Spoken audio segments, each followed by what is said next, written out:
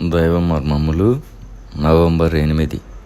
సహోదరుడు భక్త సింగ్ గారి అనుభవంలో దేవుడు ఆయనకు బయలుపరిచిన మర్మములను అనుదినము పంచుకొనుట. కాగా ఎవడైనను క్రీస్తునందున్న ఎడల వాడు నూతన సృష్టి, పాతవి గతించెను, ఇదిగో క్రొత్తవాయెను. 2 కొరింథీ 5:17. ప్రభువు మనకు ఉప్పయి మనలో సారము కలిగించుచున్నాడు. మన యొక్క ఉప్పు ప్రభువైన యేసే. మన జీవితంలో ఆయన జీవము ప్రవేశించినప్పుడు ఉప్పు వలె జీవించగలము. ప్రభువు చేత నీవు మార్చబడినచో నీవు వెళ్ళు చోట్లనెల్లా ఒక కొత్త పేరు నీకు పెట్టుదురు. మంచి ఉప్పు వలె నీకు స్వాగతమిచ్చి నిన్ను అంగీకరింతురు. క్రీస్తు ప్రభుని జీవము నీ అందుండిన ఎడల వృద్ధుడవైనను యవనస్తుడవైనను ఇతరులకు సహాయము చేయు అవకాశములు వెదుకుదు. సదుపాయములు కనిపెట్టుచు అవసరం ఉన్న వారికి కొంత ఆదరణ, సంతోషము, సౌకర్యములు కలుగునట్లు నీవు చేయగలవు. ఇతరులకు ఉపకారం చేయుట వలన నీవు సంతోషముతో నింపబడదు.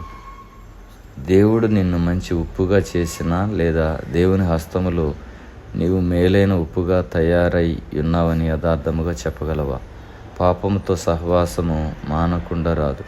స్వాభావికముగా మనుషులందరూ పాపులైనందున వారు మనకు నిజమైన సహోదర సహోదరులు కానేరరు. ప్రభువునకు చెంది ఆయన చిత్తము చేయవారెవరో వారు నిత్యత్వమునకు మన సహోదర సహోదరులై ఉన్నారు.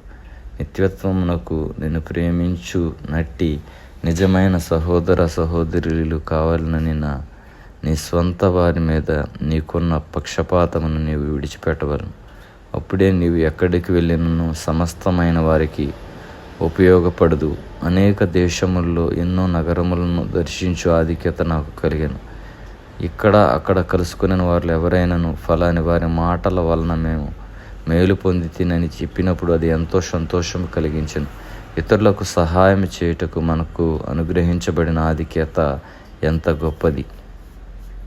అనుదినము ఇతరులు నీ వలన ప్రోత్సాహము, ఆదరణ, సమాధానము, సంతోషములు పొందుచున్నారా? లేనిచో సారము పోయిన ఉప్పు వంటి వాడవుగానున్నావా?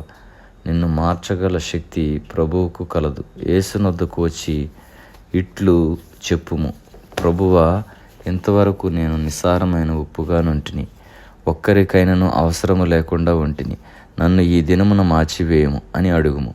అప్పుడు కళాశాలలోను వ్యాపారములోను ఎక్కడ ఉన్నను ఇతరులకు ఆదరణకరముగా ఫలించు వానివిగా ఉండగలవు.